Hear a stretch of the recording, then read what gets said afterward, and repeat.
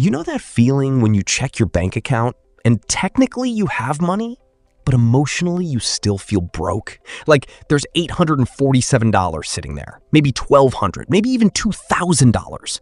But one unexpected bill, one car repair, one medical expense, one family emergency, one slow work month, and suddenly that money disappears like it was never real. So you keep working, you keep saving a little, you keep telling yourself, okay, next month I'll finally get ahead. But somehow every month feels like you're just climbing out of the same hole. And then you hear people online saying things like, just invest your money, just start a business, just buy assets, just make your money work for you. You're sitting there thinking, with what money? Because when you only have a few $100s saved, money does not feel like a tool. It feels like oxygen. You're not thinking about building wealth. You're thinking about surviving Thursday. But here's the thing. There is a specific point where money starts to feel different. Not because you suddenly become rich. Not because $10,000 buys you freedom forever. Because $10,000 changes the way you think, the way you move, the way you handle problems, and the way you see opportunity. That number is not magic, but it is powerful. And today, I want to explain what I call the $10,000 rule. Because for most people, the first $10,000 is not just a savings goal. It is the line between financial chaos and financial control. My name is Bill. If you're someone who feels like you're working hard but never actually getting ahead, make sure to hit the subscribe button and give this video a thumbs up if this helps you out. Look, most people think that the life-changing money number is $1 million. And yes, obviously $1 million would change things. Very insightful, Jack. But here's what most people don't realize. The first $10,000 can change your behavior more than the next $100,000. Because going from $0 to $10,000 is not just about adding money. It is about removing panic. And panic is expensive. When you have no savings, every problem becomes a crisis. A flat tire becomes credit card debt. A missed paycheck becomes overdraft fees. A family emergency becomes a loan. A bad job becomes something you tolerate because you cannot afford to leave. But when you have $10,000 saved, something shifts. You are not rich, but you are no longer financially naked in the middle of a storm. You finally have a jacket. Maybe not a luxury jacket. Maybe not one of those finance influencer jackets where they stand in front of a rented Lamborghini, but a real jacket. Something that protects you. Let's start with the psychology. When you have $0 saved, your brain lives in defense mode. You check prices constantly. You avoid opening bills. You feel guilty after small purchases. You say yes to things you don't want to do because you need the money. You stay in stressful situations because the alternative feels too risky. And the worst part is, you cannot think clearly because financial stress does not just affect your bank account. It affects your decisions. When you're worried about money, your brain gets shorter term. You don't ask, what is the best decision for my future? You ask, what gets me through this week? And that is how people get trapped. They use credit cards. They take bad loans. They accept underpaid work. They delay repairs. They ignore problems until the problems become more expensive. This is why the first $10,000 matters. It creates space.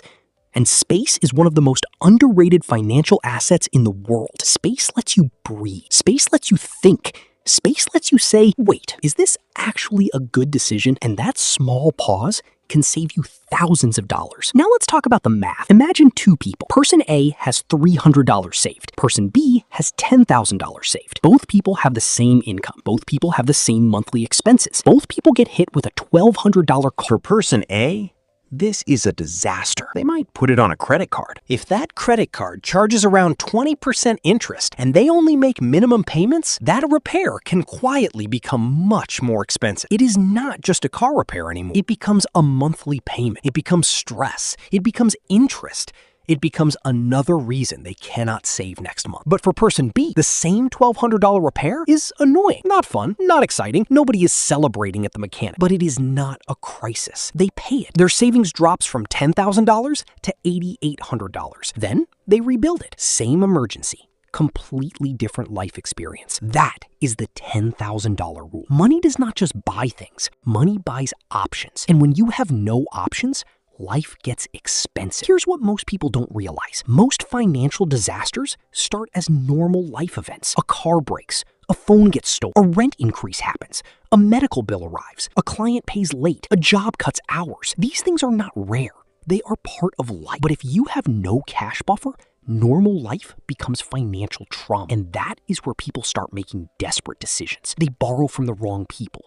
They use high interest. They borrow from the wrong people. They use high-interest debt. They cash out investments too early. They sell things they need. They take jobs they hate. They make decisions from fear. But when you have $10,000, emergencies become inconveniences. That is the first big change. You still feel the hit, but the hit does not knock you down. Think of it like a boxer. If you have no savings, every punch drops you. If you have $10,000, you can absorb the punch, step back, recover, and keep going. That is not glamorous, but it is powerful. Now, you might be thinking, Bill, if I'm struggling to save $1,000, how am I supposed to save $10,000? Fair question. And honestly, the first $10,000 is usually the hardest. Not because the number is impossible, but because at the beginning, you are fighting two battles at once. You are fighting the math, and you are fighting your identity.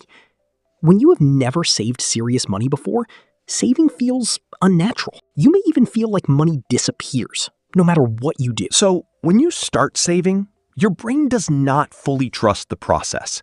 You save $200, then something happens. You save $500, then an expense hits. You save $1,000. Then your brain says, great, now we can spend a little. This is why the first $10,000 requires a new identity. You have to stop seeing yourself as someone who is trying to save. You have to become someone who does not touch their foundation. That is a different person. The first $10,000 is not built by motivation. It is built by rules. Because motivation is cute for about 9 days, then real life shows up. Now, I don't want you to think of $10,000 as one big pile of money. That can feel overwhelming. Think of it in 3 layers. Layer 1 is your emergency shield. That is the first $1,000 to $2,000. This money protects you from small emergencies, car repairs, medical bills, a broken laptop, an urgent family situation. This is the money that stops small problems from becoming debt. Layer 2 is your stability fund. That is roughly $3,000 to $6,000. This helps you cover 1 or 2 months of basic expenses. Rent, food, utilities, transport, minimum debt payments. This gives you emotional breathing room. Layer 3 is your opportunity fund. That is the money above your basic emergency needs. This is where things start to get really interesting. Because once you have stability, your brain can finally look for opportunity. You can take a course, buy equipment, move for a better job, start a small side hustle, invest consistently, negotiate better because you are not desperate. This is the part people miss. The first $10,000 is not just protection, it is the launch pad. Let's talk about work. When you have no savings, your job has too much power over you. Your boss can disrespect your time, your hours can change, your pay can feel unfair, your workload can increase, and you may still stay because you need the next paycheck too badly. But when you have $10,000 saved, you carry yourself different. You are not reckless. You are not arrogant. You are not walking into the office like, "Good morning, peasants." Please don't do that. But you do become calmer. You can negotiate. You can look for better opportunities. You can say no to bad offers. You can survive a gap between jobs. And that confidence can actually help you earn more because desperation is easy to smell. Employers smell it, clients smell it, customers smell it. And when you are desperate, you accept less. But when you have a cushion, you make decisions from strength. That is a massive shift. Now, here's where people make a mistake. They want to invest before they are stable. And look, investing is important. I talk about investing all the time. But if you have no emergency fund and you start investing every dollar, you may end up selling your investments the first time life gets uncomfortable. That is not investing. That is temporarily parking your rent money in the stock market and hoping life behaves. And life does not behave. The first $10,000 gives you the emotional stability to invest properly because once your emergency fund is handled, you can invest without panic. If the market drops 15%, you do not immediately think, I need to sell because my car needs repairs.